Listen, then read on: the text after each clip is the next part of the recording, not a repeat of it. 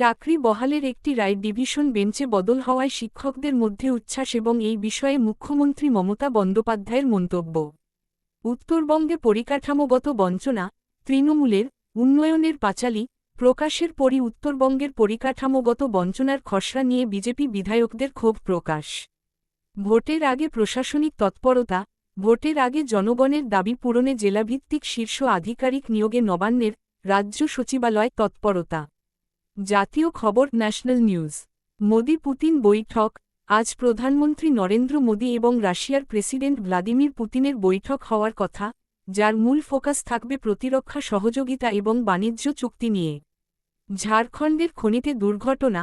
ঝাড়খণ্ডের একটি খনি থেকে নির্গত বিষাক্ত গ্যাসের কারণে বেশ কয়েকজনের মৃত্যুর অভিযোগ এবং প্রায় 12 জনের অসুস্থ হওয়ার খবর। সীমান্ত অনুপ্রবেশ। রাতের অন্ধকারে কোচবিহারে সীমান্ত পেরিয়ে অনুপ্রবেশের চেষ্টার সময় বিএসএফ গুলিতে এক বাংলাদেশি নাগরিকের মৃত্যু। অর্থনীতি ইকোনমি। পাপ পণ্যে শুল্ক বৃদ্ধি। সিগারেট ও পানমশলার মতো পাপ পণ্যে গুডস কেন্দ্র শুল্ক ডিউটি ট্যাক্স বৃদ্ধি করেছে। অনুদান এবং অর্থনীতি। বাংলা, বিহার ও ওড়িশার মতো রাজ্যগুলিতে মহিলাদের ভোট টানতে অনুদানের রাজনীতির প্রভাব নিয়ে অর্থনীতিবিদদের উদ্বেগ। খেলাধুলা স্পোর্টস। ক্রিকেট। রোহিত শর্মা ও বিরাট কোহলিকে নিয়ে সমালোচকদের উদ্দেশ্যে প্রাক্তন কোচ রবি শাস্ত্রীর হুঁশিয়ারি।